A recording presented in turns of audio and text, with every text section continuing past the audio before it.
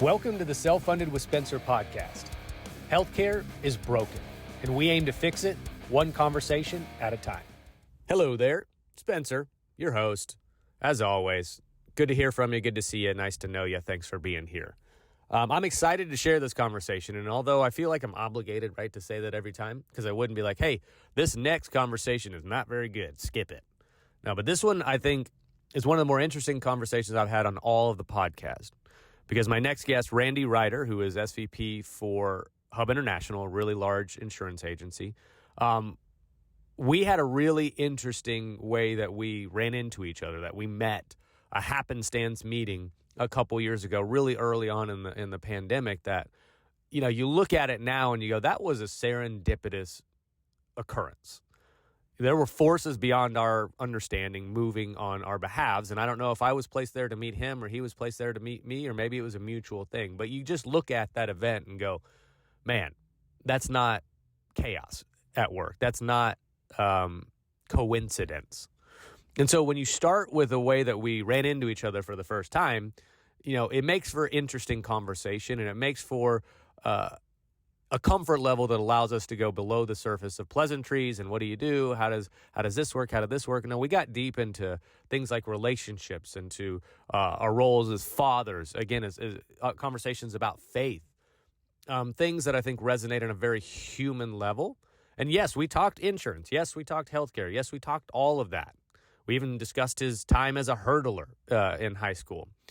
But the conversation we had, to me, was a much deeper one, and I'm so excited to share it because I was impacted by it. I personally left that podcast going, man, that was good. Like, I want to listen to it again and again, because I maybe missed things in the moment that I thought Randy said that were profound, and I hope, you know, maybe you pick up on some things that I said as well. So without further ado, probably one of hopefully the most impactful conversations I've had so far to date on this podcast, and I hope you agree. Episode 43 with Randy Ryder, Self-Funded with Spencer. Awesome, man. Well, Randy, let's do a podcast. Randy Ryder, how are you, man? I'm good, man. Thanks for having me. Well, good. We met, I feel like, or at least we ran into each other. I feel like guys run into each other. We don't meet. But so we ran into each other, which I think is a funny story to get this going, at Cheeky Monkey. So what do you remember about that happenstance meeting at Cheeky Monkey? And maybe describe what Cheeky Monkey is before people are like, what is Cheeky? Yeah. Cheeky Monkey is an indoor play place with trampolines and all kinds of things, jungle gyms and things that kids can climb on. And I remember we were in the trampoline room, right? We were in the trampoline room, and I remember vividly watching you bounce and thinking to myself, this is somebody I need to know. Well, I think I serendipitously, I think I had my Plan Site shirt on at the time. You know, good kudos for me for representing. You, man. Branding. But I think my daughter was probably three and a half at the time. And of course, the time that this happened, right, was April or something of 2020. Early COVID. Yeah, early COVID, before everybody's figuring out what a lockdown is, and some places were open, and I'm like, I got to get my kids out of the house. That's right. And I think you had the same idea, right? Yeah. And so we run into each other, get chit-chatting, kind of started a conversation. Yeah. But also, I think the interesting part about that serendipity is you had just moved from California to Texas, right? Like a couple weeks prior to that. Did I get my time frame right there? You're spot on. We had just moved, and I remember my wife and I sitting in our living room, recognizing a week after we moved that everything was shutting down, and that we knew not a soul. And now what are we going to do with these kids, right? Because they can't go to school, they can't do any of these things. We need to get out of these four walls and the ceiling. We have got to go somewhere. Hence Cheeky Monkey. So thanks to Cheeky Monkey. Anybody that needs to go to get their kids out of the house, for Cheeky Monkey. Maybe I'll see if I can seek out Cheeky. That's going to be an odd sponsorship. But it's going to work. But you were an OG California to Texas transplant too. You kind of did it before it was cool. So talk to me about what brought you to Texas in the first place, because I think this is a pretty interesting story. This podcast is brought to you by True Captive Insurance, a premier medical stop-loss captive for employer groups ranging from 25 to 1,000 employees. True Captive believes in healthcare that is personal and insurance that isn't complicated. That's why they take a white glove approach, making it easy for employer groups to transition into a program built specifically for them. Check them out at truecaptive.com. This podcast is sponsored by Plan Site. PlanSight is a technology for employee benefits brokers to more efficiently manage their RFP process for any group size, all funding types, and over 20 benefit lines and point solutions. PlanSight is the only end-to-end RFP technology on the market today. Let's modernize your RFP process together. Check us out at plansight.com. Yeah, so we had a 4-year-old and a 1-year-old at the time, and we were looking for a place where we could raise what we thought was going to be like please and thank you boys, right? Okay. And there was an appeal to go to kind of a southern state with that hospitality and that woven mannerism, right? Mm-hmm. And so Texas was really appealing to us. We ended up moving for a couple of different reasons that we might be able to talk about later, but when we got here, it was just such an interesting transition because, again, of COVID and because of all the things. But I don't know if I answered that question very well. So Marshall Allen, we were just talking about him off the show beforehand. He was a New Jersey to Texas transplant. He was talking about how he loved the hospitality. Like everybody, he said everybody that they talked to that moved to Texas never had a bad thing to say about Texas. Right. But then when he got here, he's like, oh, people are warm. People greet you and say hello. And I don't know how California differs from New Jersey in terms of like the interpersonal, greetings and things like that. But was there a difference culturally you felt when you moved here as well? 1,000%. Okay. But the funny thing is, his experience was different than mine. When I was moving from California, every single person told me, I'm going to hate it and I'm going to move back. Because they thought I would never be able to deal with anything that wasn't 72 degrees and sunny every single day. Weather would be a challenge and travel would be a challenge. But we got here, and it's when you look at the things that are priorities, right? That you want to raise your kids in a place that has that great kind of faith-based, family-focused environment. This is it. It's been so positive. Yeah, I would agree with you 100%. Yeah. Although sometimes when you grow up here, you don't have the proper perspective. But you think that your California friends had a little bit of a Stockholm syndrome where they didn't want you to leave? It's like, please don't go. No. Is there a little bit element of that as well? Like, you won't like Texas. They just want you to stay. That's it. Right? My ego will say yes. Yeah. I will. They wanted me to stay, so they tried to badmouth the place I was going. That's all. Well, so Randy, you're obviously SVP for Hub International. I know we're going to go fairly deep into that for a moment and talk about your perspective on employee benefits, kind of what your self-funded background and all that stuff. But we've started getting in a little bit of who is Randy Ryder. So you got the 2 kids, you're married, you guys moved to Texas, but let's go a little bit further back. Your upbringing, was it Oregon or was it California you grew up? Oregon born and raised. Okay. For my first 22 years. And then I was a biology and chemistry major in college and decided that I was not going to go for 10 more years of school. Okay. Started asking around to my whole family about, what do you actually do? What do you actually do? What do you actually do? And my uncle told me about this world of insurance, and totally sold me a line of goods. You look back at that moment, like, why did he tell me to go into insurance, man? It's been the biggest blessing in the whole world. But he was telling me about, like, do you like to go to Blazers games? Do you like to go to lunches and dinners and skiing? All the things that would, of course, appeal to a 22-year-old. And I said, yes, of course. That's your job. Yeah. And then I got into it, and I was like, that's not your job, but okay, here I am anyway, so I'm hook, line, and sinker. But taking the first job, I was working with a company called Cigna. Cigna said, hey, we need you in Southern California. So I moved down to Southern California and then was there for 17 years before moving here. Did you go, oh, cool, I get to go to California? Or was there a party that didn't want to leave Oregon at the time? No, like before the sentence was over, I was in a U-Haul moving down south, Southern California. Like, wait, where are you going? You don't have a job yet. Like, awesome. I didn't know anything about the job. What am I selling? What am I doing? And it was just Southern California from a kid who's grown up with like rainy days 90% of the time. It was just, it seemed like a dream, so I did it. Yeah, well, I don't blame you, man. I mean, obviously there's a mass appeal for at least the weather, the environment, the beaches, just sunshine in almost every day of the year. That's right. I got buddies that are out there, and believe me, that's why they're still staying, is because of those reasons. Yeah. But you mentioned earlier biology, right? So did you have aspirations to be a physician, or what were you going to do originally with that career path? Yeah, no, I was... those liberal arts kind of upbringings and education.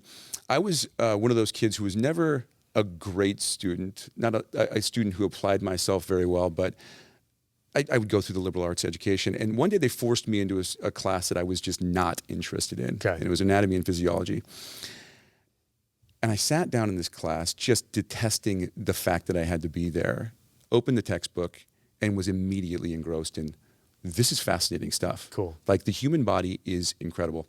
And from that point forward said, this is what I want to do. Like this is a really, again, fascinating area of study. And I found myself, pushing off English, pushing off math, and opening voluntarily a textbook about anatomy and physiology and reading about a digestive system. And it was like, just something appealed to me. That's interesting. So, but what did you aspirationally, if you thought, well, I'm going to apply this fascination with anatomy to something, what would that something have been early on? Yeah, I think that kid was probably looking to be like a surgeon. Okay. Right? Okay. Wanted to do something with it and then apply that knowledge and continue to be fascinated by the world of just anatomy and physiology. Cool. But then you had that fateful conversation with your uncle, and now here we are in benefits. That's right. Before we move on from college, though, and even your high school career, we were talking about this a moment ago.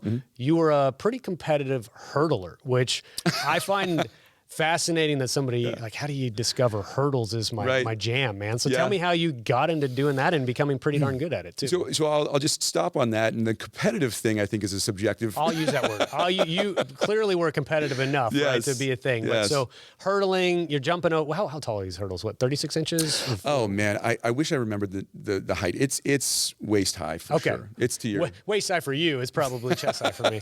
But so you're jumping over hurdles, but were you a sprinter? Were you track and field guy before? Yeah. What happened? So I'd always been an athlete, kind of a universally like adept athlete, quick enough and fast enough, but never like the quickest, never the fastest, never the strongest.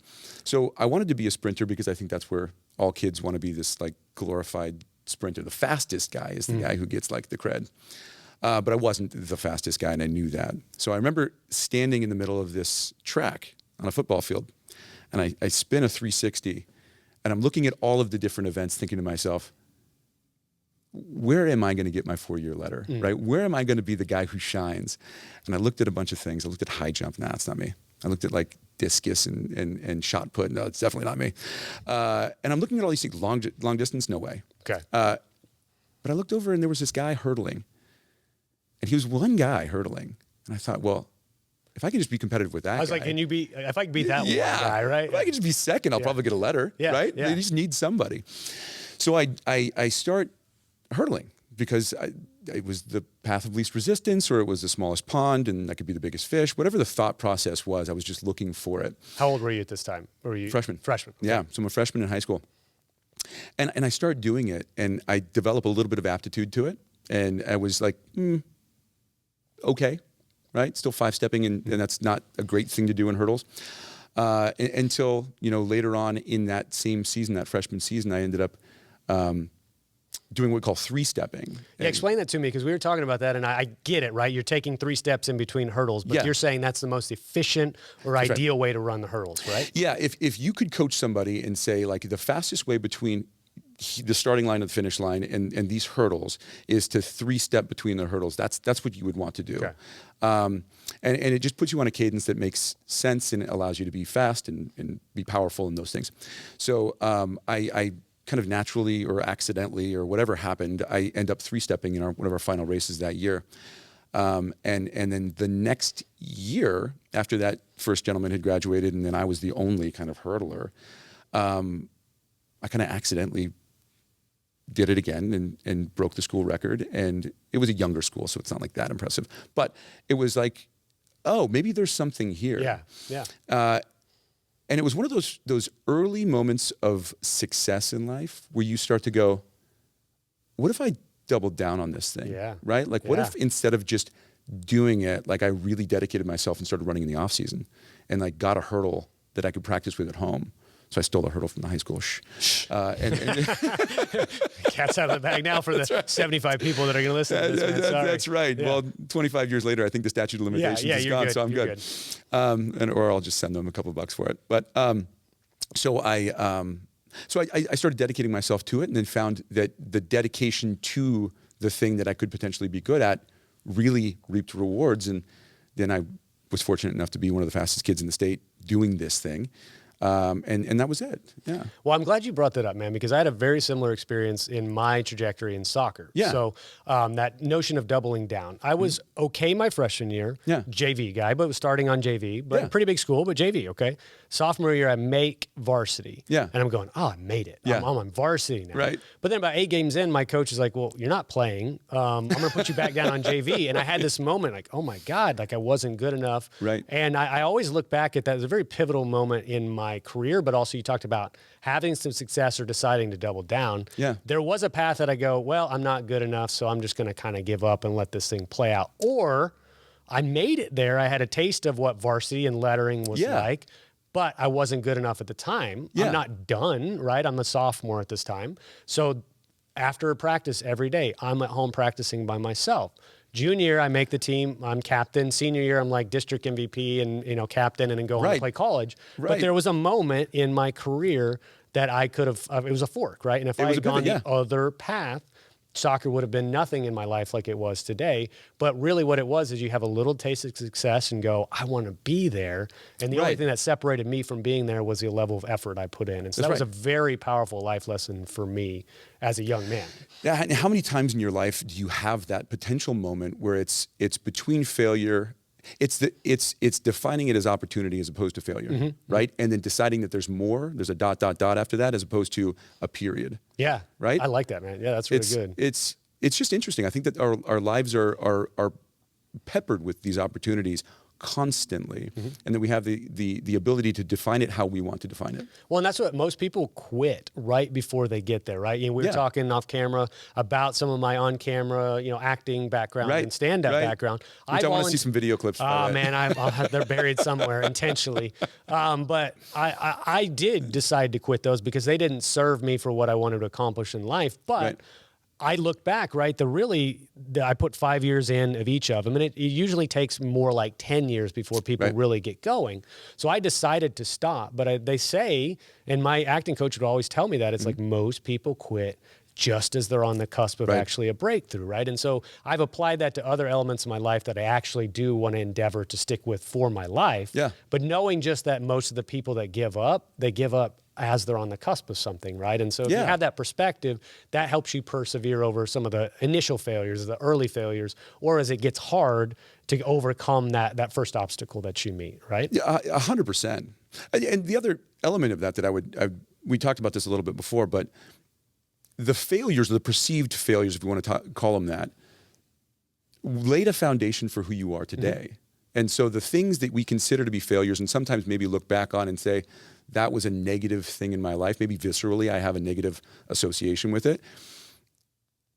It's like, thank God for that thing. Because without that thing, without the acting background, without the stand-up background, without the things that you've done, you wouldn't be who you are today. 100%. Right? Yeah. And so I think if we have the ability to redefine those things and understand that it wasn't necessarily a failure but a building block, that's the way. Well, that was I was just at the True Captive conference in St. Louis here on Tuesday. True Captive Insurance, or a captive manager, and they put on this really cool event at Busch Stadium, so the home of the St. Louis Cardinals. And so it was a brilliant event. But their keynote speaker was Joel Goldberg, who is the Kansas City. I think he's the pregame and postgame guy as well as does live interviews on the field. Had some relationship. I forgot exactly what his tie-in was, but he worked for the Cardinals at some point as well. But his keynote speech was two themes: was play small ball, right? So do a lot of the very small things. He had an example of a well-executed bunt that was like literally the perfect bunt, and the third baseman commented afterwards, like, that was so perfectly executed. It was an indefensible bunt, but it was small ball, right? It was a bunt in order to get the guy on third base home. It's not glorious. It wasn't a home run. Small ball. The other thing he brought forth was the shape of your dreams, or the form that your dreams come in, are often not what you originally expected them to be, which is the tie into what we were just talking about, right? I love that. Failure of acting, right? Or failure of stand-up comedy, failure of soccer. Maybe the hurdlers, you were right below the ability level to be an Oregon Duck, right? As you were telling me as well. But that's okay, right? Now you're Randy Ryder, SVP for Hub International. Obviously, of course, your career, I'm sure, is going to continue. The form our dreams take aren't necessarily what we originally envisioned, but they often end up being better or better suited for whatever form they actually do take. Yeah. Well, look, if we understood the tapestry of our lives, and what is laid out before us in terms of opportunities or what will happen, I think we would be blown away in the way that it's not necessarily the thing that we thought we were asking for. Yeah. Right? Yeah. In fact, sometimes it's beware of what you're asking for, because you might actually get it. Yeah. Well, I mean, you think we talk about the serendipitous nature of running into each other at Cheeky 100%. Monkey to start this off. You know, I told you about my background of how I had to be in 6 years as a college soccer player to meet my wife. Right. If all of those injuries and transfers and things hadn't happened, I would have never met my wife, right? That's right. So that's such a crucial, there's a milestone that you could, or a marker that you could set down in my life before and after. Yeah. So all those events and things, as frustrations and tears and anger and injuries and all those things, led me to meet my wife, and now I have my children with her. And I literally could say, if all of those events had not happened in the exact sequence they happened, I wouldn't have ran into her at a college party that a buddy was throwing. Which is... Because it was my last year I was there. I had to be there 6 years to meet her. Right. Which is a crazy thing to think about. In the moment, you would have thought, this broken toe, this broken arm is a very negative thing in the vacuum. And sure it is, in a vacuum. But that was necessary. That broken road, if we want to call it that, was necessary for this wonderful, amazing thing to happen, the union of you two.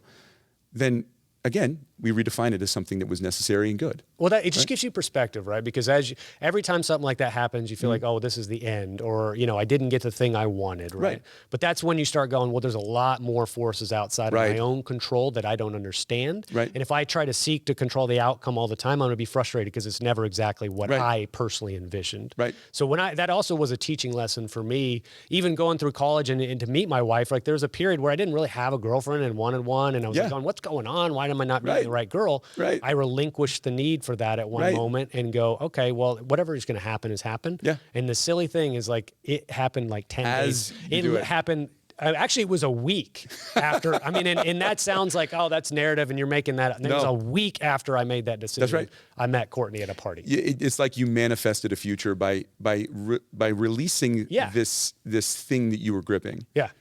The world just said, all right, you're ready. Yeah, and then you let go and you go, okay, it's going to happen. And it does, and I think that's also important to understand. You and I have not talked about this, but I met Diane, my wife, while I was on a 90-day dating hiatus. I was. Well, what is that? Is it like a self-imposed thing? I'm weird. I self-imposed a dating hiatus. I was on these dating sites and going on dates on a regular basis, and decided, you know what, I'm not right. I'm going to go on a 90-day dating hiatus. Well, first off, a person that has to impose their own 90-day hiatus means you're not having trouble getting dates, I would presume, right? It was very expensive. Yeah, no, I can believe that, man. So then you went on this 90-day hiatus, but then, so you met her a month into it. Okay. A month into it, naturally as you would, I release this, and I stop forcing or trying to force this relationship that I haven't defined. And by releasing it, she comes into my life.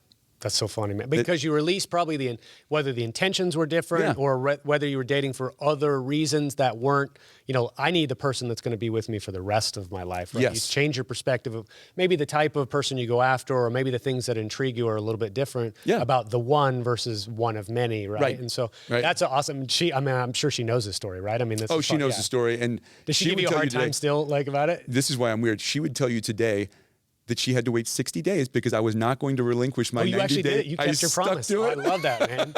Well, then that's how you know there's something there, right? If she's willing to wait 2 months for you, and you're willing to do the same. I bent my rules a little bit. We had a lot of conversations on the phone. We wouldn't go on a date, but then I would have conversations with her, and we built a really strong foundation, which actually, again, unintended consequences, right? Well, I think that's actually better, right? You get to know a person without, the formalities of a date, and I got to put on my best show, and things like that. You get to know her. That's right. Then I'm sure that first date was like really comfortable and normal for you guys, right? We went to a hockey game that we didn't actually go to. We went to a restaurant, and it was our first actual sit-down date. And we were going to go to this hockey game over here, and we just never left the restaurant because we were talking so great, man. much. It was perfect, yeah. Well, man, that's a wonderful story. Yeah, man. it was fun. I appreciate you sharing that. And you guys have been together, what, how long now? 15? We just celebrated our 8th-year wedding anniversary, so 11 together. Yeah. Okay, so we're 16 and 11-year anniversary for wedding will be coming up soon. Good man. It's kind of fun. When I hit that decade milestone, we both looked at like, a decade. That sounds like a long time. Right? Yeah. And then it was really truly 16 years because of dating and pre-marriage and things like that. And you're going, wow, most of our lives, or at least our adulthood, has been spent together, you know? Well, and if you think about the development of you in the last, then 15 years, yeah, that's you. Oh, yeah. Right? So the Spencer that is you today is defined by her in large part. And the Randy that is me today is defined by Diane in a large part because the person that I am has developed so much since her. I'm going to leave a moment of silence because we're going to cut that up to a clip and we're going to send it to both of our wives so they know how much we love them. I just wanted to pause there so I'll send you your version too. Thank you. We just got some brownie points, man. Good. I appreciate you. So let's talk business a little bit. I feel like we that's what brought us here. It compelled this conversation. And so I do want to hear a little bit about, I think you've been at Hub, 13 years now? Or did I get that correct? Yeah, 2009, so 13 years. 13 years. Okay. Yeah. So you had a little bit of time. You mentioned Cigna early on. Mm-hmm. Your uncle got you into the benefit space. But let's flash forward, or at least come along that journey to where you are today. How did that all transpire? Yeah, so I start that first gig with Cigna, and I was a life accident disability guy, right? Okay. So just young and hungry. Group school? Did you do some group school? Okay. Did group school. But like snot-nosed green kid doesn't know a thing. So I'd walk into a broker's office and I'd be like, I'm your Cigna rep. And they'd look at me and they'd be like, well, okay. We'd have a conversation. They'd go, oh, I thought you were like my medical Cigna rep. Okay. And I'd then, of course, get into this conversation about life accident disability, and they'd be like, this is chicken scratch. I'd like to talk about the medical side of it. So very early in my career, I realized that this industry is much, much bigger than what I was doing. Okay. And I realized, of course, then if I want to continue in this industry, which had some appeal to me even out of the gates, if I want to continue in this industry, I've got to be a bigger part of this industry. I've got to understand the industry more holistically than I was able to looking through the eye of a keyhole. So I made a transition to a general agency for a year, which is kind of a funny story. Medical general agency? or Yeah, it's an organization called Word & Brown, and the average group size was, I think, 7 to 12 employees. Oh, okay. So very, very small group. I'd be sitting in a living room. And mind you, I have no idea what I'm doing. Yeah. So I'm sitting there talking to somebody and reading, an HMO is this, and I'm reading it, learning it while I'm telling them what it is. You're like, oh, that's what it is. Yeah. Oh, I get it. Do you get it? Because I get it. So I'm having these conversations with people. I mean, there's dogs barking in the background, right? It's a small whatever company it was, and I was learning on the fly and understanding a little bit more, and it was a great training ground. It's a wonderful organization. It wasn't exactly where I needed to be long term. But it was a great place for me to build a foundation. Okay. So then eventually I made that transition to, all right, I'm working with brokers who are engaged with these clients. They know these clients. They love these clients. They have a relationship that I can't have through my current chassis, right? Okay. So what if I want to do that? What if I want that relationship? And what if I want to be able to consult them in a better, more efficient, long-term way? So it was like, we got to make the transition. We got to go to be a broker.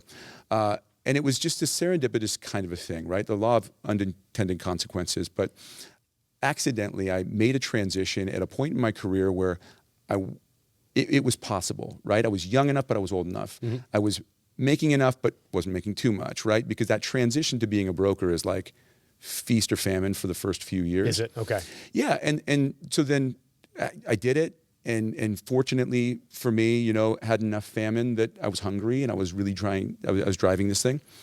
And as I was driving it forward, I was working with an organization called USI, mm-hmm.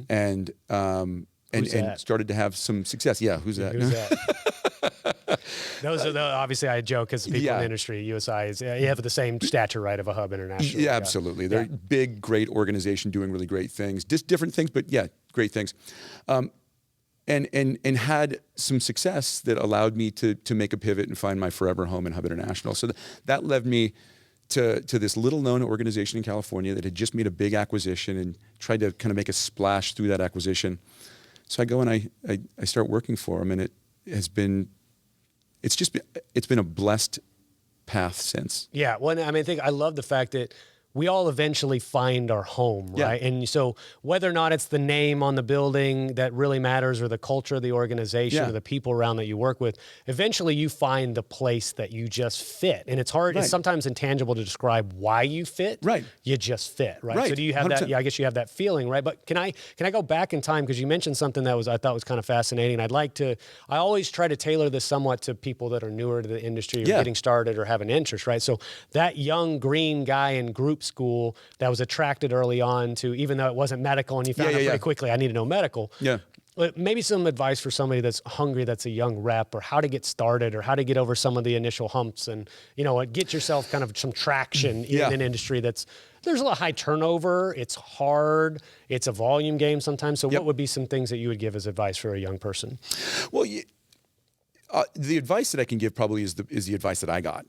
I had a guy who was a tremendous, right out of the gates when he was young, like top salesman at MetLife. His name was Brad, and he was my manager and said, you will never, ever be able to overcome a guy who puts in more effort than you. And then, of course, the lesson learned in there is put in more effort than somebody else.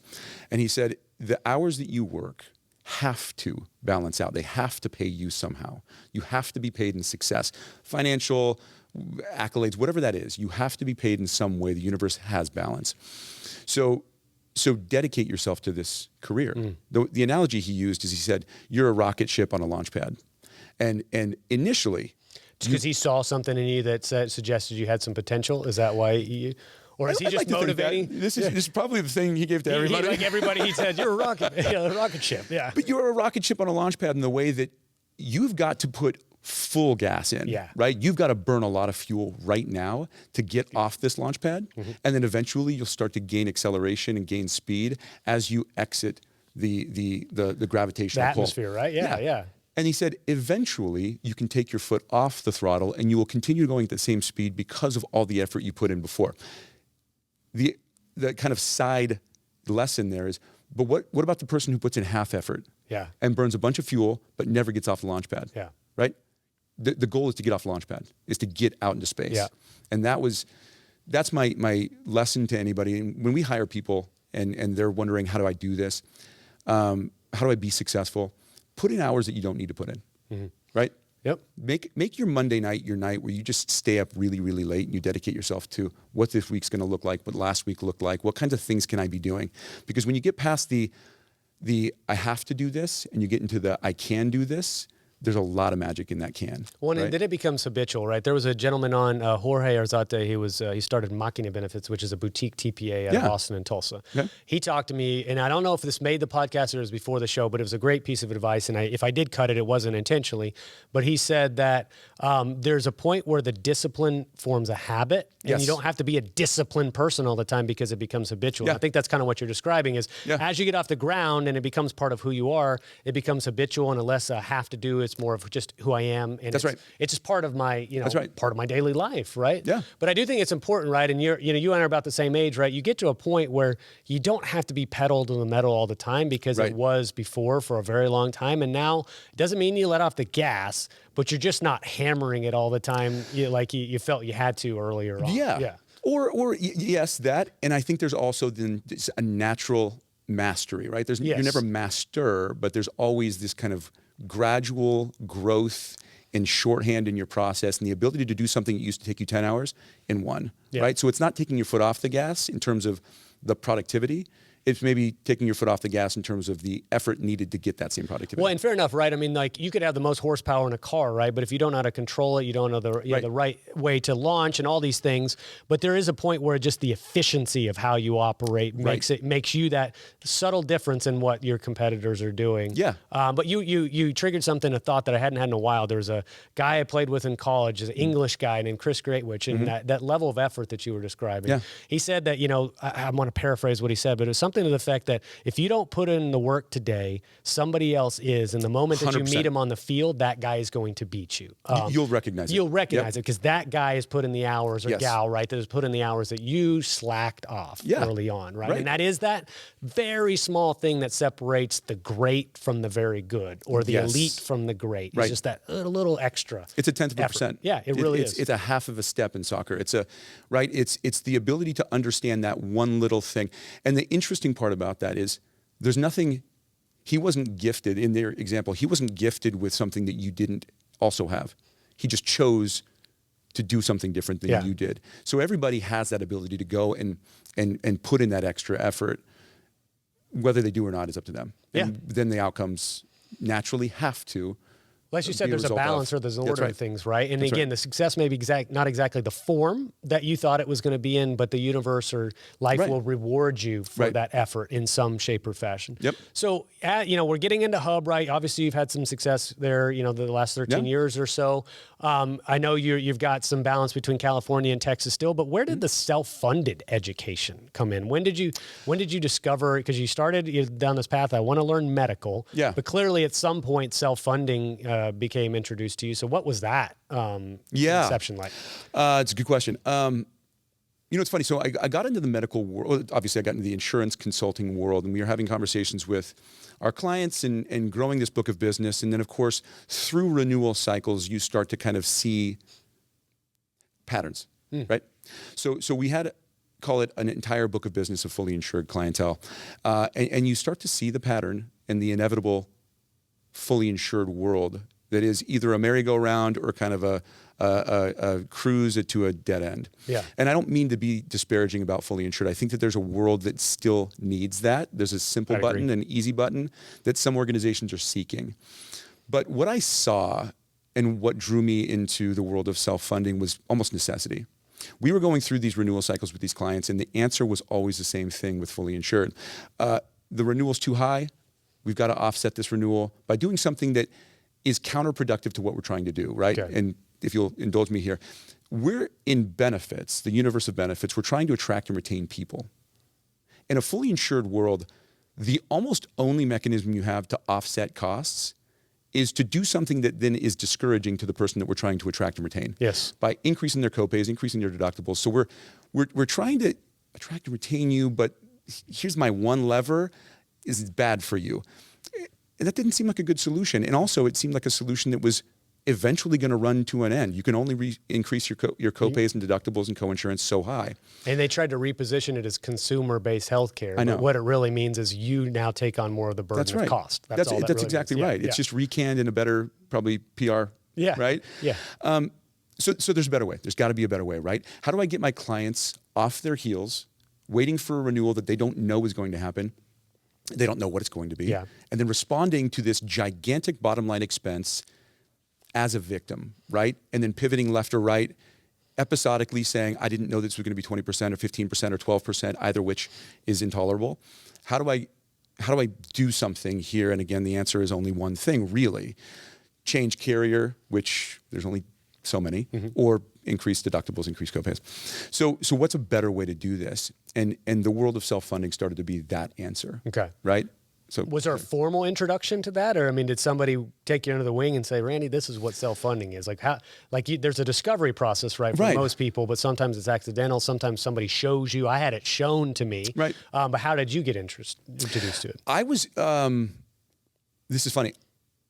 I worked with an organization that decided to work with us, right? I partnered with a client who decided to work with us, and they were self-funded. Okay. I had no idea what it was. So you had to figure out because they were already self-funded. Oh. I start working with this organization, and of course we can do this. We'll do all of the communication, compliance, administration stuff that we can do, and of course we'll work on the cost containment through your funding mechanism.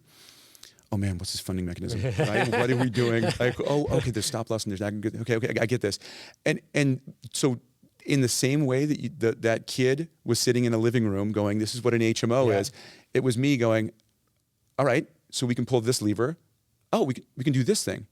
Oh, you know what? We can put this utilization management tool on this. And we can carve out the PBM and then maybe drive better rebates through doing this stuff. So it was just a learning process through that one live example that helped us to understand this is. Well, see, I like that though, because it's basically, it forced you to learn, right? You had a circumstance where you weren't going to fail. You weren't going to let yourself fail on behalf of your client. Right. So it's like, well, I better go learn this thing. I had the same, not exactly the same story, but I was working for an agency here in town that almost all of their clients were self-funded. I came from the world of Benefit Mall, which is small group GA, and in a financial analyst role, I didn't even know benefits at the time.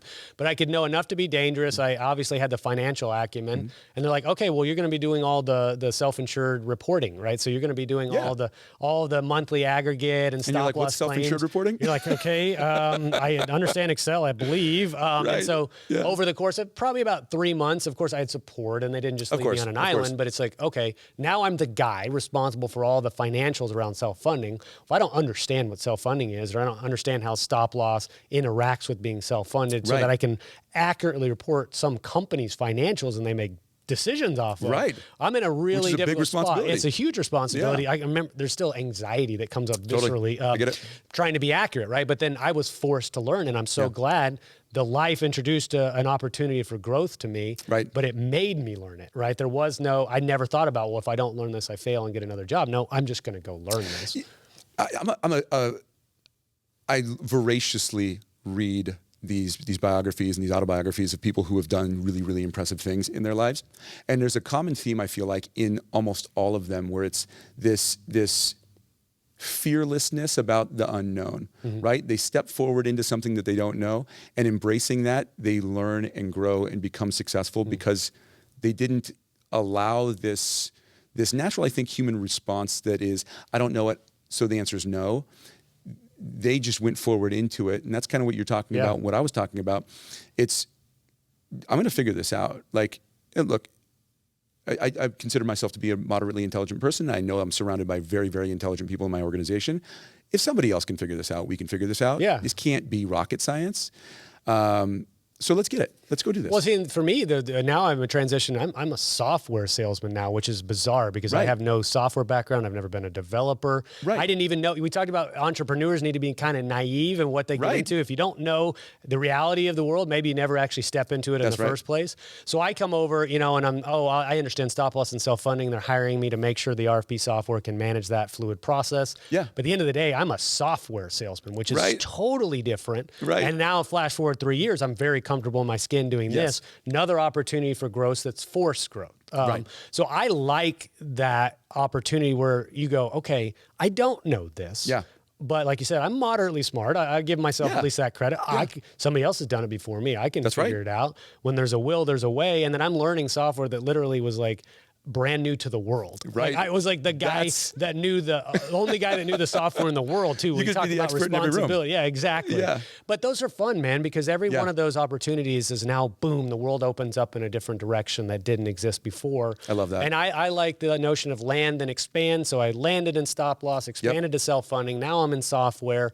You get an opportunity later in life, I think, to specialize less and be more of the big picture guy, or gal. And that's fun because then you go back and look 20 years and like, look at all the things you've accomplished because you just kept yourself open to grow. It's the Simon Sinek, it's the infinite game, right? It's the continuous learning and the continuous expansion of your value proposition and the impact that you can make in this world. If we continue to be in our own little lane and all I'm trying to do is work in this space to help an organization to reduce their medical insurance by a nickel, that's pretty finite in nature. Can we be more impactful to the world by doing more things and opening our own eyes to the ways that we can lend value? Yeah, and I think, their hyper-specialization is there for a reason. It is. Right? It certainly is. You look at a plumber, right? Everybody says like, well, plumber is a fantastic career, and that's you stay in that lane forever, and it's a great quality of life, right? Like that, you can be a specialist and be very good at it, and you can stay within that lane, like you said. That's right. But I think as you open yourself up just for opportunity for expansion, you'll discover life is going to continue. It continues to reward you in different and maybe sometimes even bigger ways by just being receptive to the idea of getting out of your comfort zone. Oh man, that's such a huge concept. The getting out of your comfort zone, I think, is this. It's hard, but it's an obligation. I think, at least in my opinion, for us in our lives, right? Because we were gifted and born with this ability to go out there and tackle the world. We were gifted with the ability to understand certain things, and in the gifts that we were given that we didn't earn, we have this obligation to go out there in this world and then I think, from my perspective, push the boundaries, get as uncomfortable as possible, and grow, experience life in our little body, right, as much as humanly possible by doing the things like you talked about, by maybe in this situation, expanding beyond your lane and starting a podcast when you don't have to. Yeah. Because that's scary and new and different, but is so rewarding in so many different ways. But I went to it ignorant. I was like, I wanted a podcast seems cool. Let's go start it. Yeah. Now, my problem is if I start something, I just go into it like really deep, and is sometimes can be good, sometimes be bad. But that naivety, that ignorance about the process of what effort it would take and all that stuff, that's a good thing. You need that sort of naivety. Yeah. But I want to talk to you about growth, because you put yourself, you described as an uncomfortable position doing self-funded videos. I've seen a number of your very good videos that you've produced within, obviously with and for Hub, but you told me that was an uncomfortable position for you. I thought you were natural with the way that you came across, but it sounds like that wasn't actually the case. Man, fake it till you make it, right? Yeah, for sure. So first time, who comes to you? You come to Hub comes to you and says, we think we have this idea, we want to do it, you're the right guy. How does that come about? So no Hub involvement whatsoever. Oh, actually, so that was on your own then? That was Hub is a wonderful organization in a lot of different ways. I think primarily from my perspective, because it is so autonomous. I run my own business within Hub International. If I feel like I want to do a podcast or I want to do a self-funded video, I do that. And if that helps me then to lend value to my clients and then grow in the way that I want to grow, then so be it, right? Okay. That's just my ability to go do that. And there's not a whole heck of a lot of reins. So we started doing that, and man, the first one, I have a little video camera in front of me, and I am just, it probably took 150 takes. Did you self-produce? Did you have somebody that understood how to do it? Or like when you go, I want to do this and I've got this idea and Hub's, gives me the freedom to make these choices and go after it. What's the implementation process? What's the planning process? How do you go, I want to shoot these videos and now I'm going to shoot them. What did you do? Yeah. So it all probably starts way before that, where I have this group that I'm a part of that says, we call it Forum. It's kind of like a YPO type of organization that really has encouraged me to grow as a professional, but also as a personal kind of an individual. A big part of the conversation that we talk about professionally is that we need to develop a brand, right? That Hub International is not my brand. Randy is my brand. And what is Randy? And as you create that brand and have a podcast, or you then start to, whatever you decide to make that brand, dive in. And so from my perspective, it was just making impressions, but it was also making impressions through lending value, free information. What kinds of things do I think I can help people by sharing? And I was compelled to do this self-funding because it's become a big part of the success of a lot of our clients. And if I can share that with other organizations that look at it and they think that's not for me, that's scary, there's too much risk.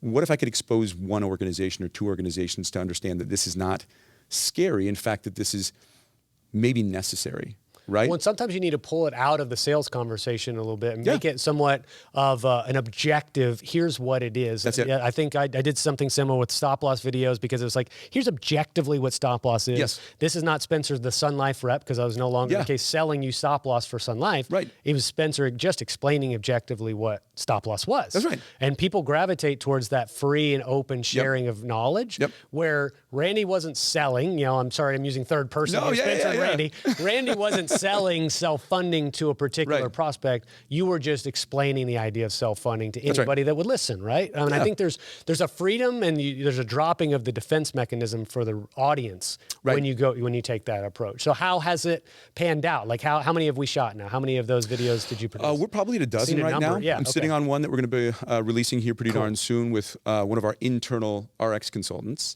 which is going to be fascinating stuff. But it's a really interesting way for me to kind of, through the process, take deeper dives into areas that I'm interested in, and then hopefully, because I'm interested in it, maybe somebody else is. Exactly. Right? And maybe that then lends value to somebody else who could really, really move the needle by the information that we're sharing. Well, I'm glad you shared that about Hub. And PlanSite's a very similar culture where there's not like, hey, you can't go do this. This looks like it makes sense. You're going to be talking about benefits. Obviously, some of the audience is going to be potentially customers of PlanSite as well. But there was total freedom in order to go about it, and nobody slapped my hand or nobody said no. It's great when you get within a culture, company culture that understands that. I think Andy Neary says this very well, that they're basically renting the Randy brand, or they're renting the Spencer brand. And not to say that you are just God's gift of benefits and you're going to go rogue and do whatever you want, because it's still within the context context of what you can do for the organization globally. But they allow you the freedom to be yourself, which in turn is a great benefit, or a greater benefit to Hub, rather than stifling the way that you get to operate. And so I think just if more companies understood that, you hire great people and kind of get out of their way and let them do the way that they want to do it, as long as it's paying dividends in terms of business and productivity and profitability, then whatever form that individual wants to take in order to accomplish it, just let them go. Let them do it. Yeah, hire them because they're a shining star, and not because you want to put that then in a box. Yeah. Let them shine. Like, let them be who they are. And if it's not the right fit for you as an organization, and you don't want somebody who's going to go create a podcast or something, then don't hire Spencer. Just hire somebody that's is willing to do a little bit more of like, I'm just going to be blocking and tackling within the organization the way that you tell me, and that's okay, right? Because every organization, that helps the organization as well. But like you said, if you hire somebody because you feel like you got something there, or there's a rocket ship about to take off the launch pad, right? Yeah. Sometimes you just let them take off and see where it goes. And I wish more people in our space, like the benefit space is notorious for being a little bit strict and hyper kind of conservative, not in political sense, but conservative in the way that people kind of are allowed to operate and function. And I think that's softening. And I would say also, I'd add to that it's this is going to sound derogatory, archaic in a little way. It's trying to catch up to where we are today, but it's just this old school, 100-year-old organizations that like used to insure the Mayflower kind of stuff. It's hard for them to get with this and understand what a podcast is, and then how there's value to that in that example. Well, I think we're shifting there. I think we're getting there. But as somebody, again, we'll go back to maybe some advice for younger people, right? Like you said, you weren't comfortable early on camera. Maybe it took 100 takes to get that first one. But how did you get over that hump and go, hey, I got this. I could do this. I mean, it's a matter of just do it. Right? Get through the fear and understand that the fear is there because it's something that you haven't done. But that's where the power is, because you haven't done it. If you're not fearful of something, then it's probably because you're in a rut of some nature, good or bad. But get outside of it. I'm a true believer in the fact that we will never regret the failures that we have if we took that opportunity to go do that thing. Yeah. I have lots of regrets about things that I didn't ever try, and shame on me for not having tried them. Maybe I'll go back and do them. Yeah, you still can. Yeah, exactly. Yeah. But it's the opportunities. Like if it was a flaming failure, at least like in the man in the arena kind of way, it's like, but I was there. You still stepped in the arena, right? Exactly. Yeah. I was out there taking those blows and delivering, and that's again back to the whole kind of circuitous conversation. That's what's made me who I am today. Right? That failure maybe was a flaming, terrible failure that in the moment felt bad. Thank God for that, because that made me who I am today. But it's not finite, right? You failed 100 takes, and that 101st take was a really good one, and all of a sudden you release that video and you're proud of it, and people respond to it, and you go, well, nobody saw the 100 failures. Exactly. I was a first take wonder, right? I killed it. But one thing, I want to kind of land the plane here, and I think we've had an amazing conversation. I love this. Thanks for joining me, man. But you seem to be a value-first kind of guy. Like I know there's Randy, the SVP for Hub, but the family man, the father, the husband, obviously within the community of the church seems to kind of be infused in everything that you do. So talk to me about somebody that's maybe wanting to allow their value system to be exposed to the world. And then maybe some of the benefit of somebody taking a leap to say, you know what, I'm going to stand for the things that I think are core to who we are as human beings and not be scared to convey those things to people. How do you infuse that in your daily life? Well, it's a great question. First of all, I think it's necessary to be who we can be and to realize our maximum potential. I think it is necessary for us to be authentic. And if you have a true value system, like faith is a big part of mine, and God and our church is a big part of my world, that's not going to be for everybody, right? It doesn't have to be for everybody. I'm exactly who I am, and I want to be associated with and partner with organizations and people and individuals, and I want to surround myself. That sounds like a selfish endeavor, but I do. I want to surround myself with people who then are drawn to that, not people who I would have to then be inauthentic around to attract or defend them. Yourself or defend your ideals too. Like I think that's important. Yeah. I talked to somebody the other day. We were in a meeting, and they were exploring us as a potential partner, and we were talking through it, and there's a very real conversation that needs to be had in that kind of pre-partnership dialogue. I don't want to tell them that I'm something that I'm not. if I am a really good this, I don't want to pretend that I'm also a really good this if I'm not actually that. Yeah. Because 6 months from now, they start to realize that, oh, that was a bunch of fabrication and that was something that you were maybe not, you weren't being authentic. That's not good for them. Ultimately, and not ultimately, immediately, that's not good for me. And now we've forced together this marriage that isn't going to work. I'd rather be in a marriage that is going to work in business, in life, in all of these things. So my values, I now unabashedly wear them on my sleeve, and we'll walk into meetings and people, either that resonates with them, and I think a lot of times it does because it feels right. There's micro gestures that people that resonate with. I think that's helped me to be the better person, and it translates then into more partnerships in the way that we want more partnerships, but better partnerships that will last longer and be more fulfilling for everybody involved. And if that's the end of the day, then that's a good thing. Yeah, I mean, that's a couple lessons there. You don't have to be all things to all people. No. And nobody is. So don't try to pretend you are. Yeah. 2, the lack of authenticity means you're kind of putting on a show or having to play a character every time that you meet that person, right? Because the person that you showed them isn't really who you are, and so you always have to be who was I to them? Well, yeah, what did I tell her? How was I? I was something else to somebody else. It's an act, right? Yeah. But I think the third lesson there in authenticity, I kind of took a little bit of I don't want to say a controversial step, but I took a little risk, made a video. I think it was August of last year when we were starting to open Texas back up more fully and the mask mandate went away. And the post wasn't about the mask mandate. It was about, hey, I'm willing to meet you in person if you want to have a coffee. Yeah. I'm willing to come back in person and talk to you and shake your hand, and I'm going to shake you in your hand and treat you like a human being. Right. I had 99% of the people respond positively. Yeah. One guy tried to get me fired, and which is a really crappy story. Yeah, of course. One guy tried, and my CEO was like, who is this guy? And I just ignored it, which is great because it also taught me a lesson because I had so many messages, direct messages as a response to that. Thank you for saying that. I agree with you. Right. I'm happy somebody was willing to say that. And I didn't perceive it as necessarily controversial, but I knew within the context of where the world was right now, there was a slight risk that was being taken there. Very slight, calculated. But what I found in response is the fear of taking a very calculated risk that I could defend my position on actually turned into giving me, I planted my flag about something that I believe in. Yeah. I found people that strongly gravitate towards that and resonate with me. And now we might have an opportunity to do business together because we found a hook, or we found a point that we agreed kind of emotionally even about. So you kind of find your audience, right? So maybe the audience isn't 1,000 people. Maybe it's 100 people that really resonate with you. It's the right people that resonate with you. If you try to be Teflon to everybody and nothing sticks to you, right? Yeah. Then you'll never get to the depth of that. Yeah. But you'll never get to the depth where you can actually have an intelligent conversation, a meaningful conversation with people who actually share the value. Yeah. Well, I think that's what we've done here today, man. We've dug below the surface. And I talked to you about this. I'm intentionally trying to move away from just putting myself in a bucket of employee benefit because you can only mine that for so far, and it's only going to be so interesting to so many people. Yeah. We get to start getting under the surface and having a real conversation with a human being. That resonates on a visceral level, a human level, and you start to know people. And this is why I do this. Well, man. I appreciate you having me on, man. This is like, back in the day, they used to say that you've made it when you get to Carson. Like, this is when I've made it. Maybe the when I get to Spencer. Oh my God! Like, wouldn't that be something, man? Wouldn't that be something? But it's been a pleasure, Randy. Great to get to know you the last couple of years, man. And I really appreciate you sitting down. Well, thank you again for having me. I appreciate you a lot. My pleasure. All right.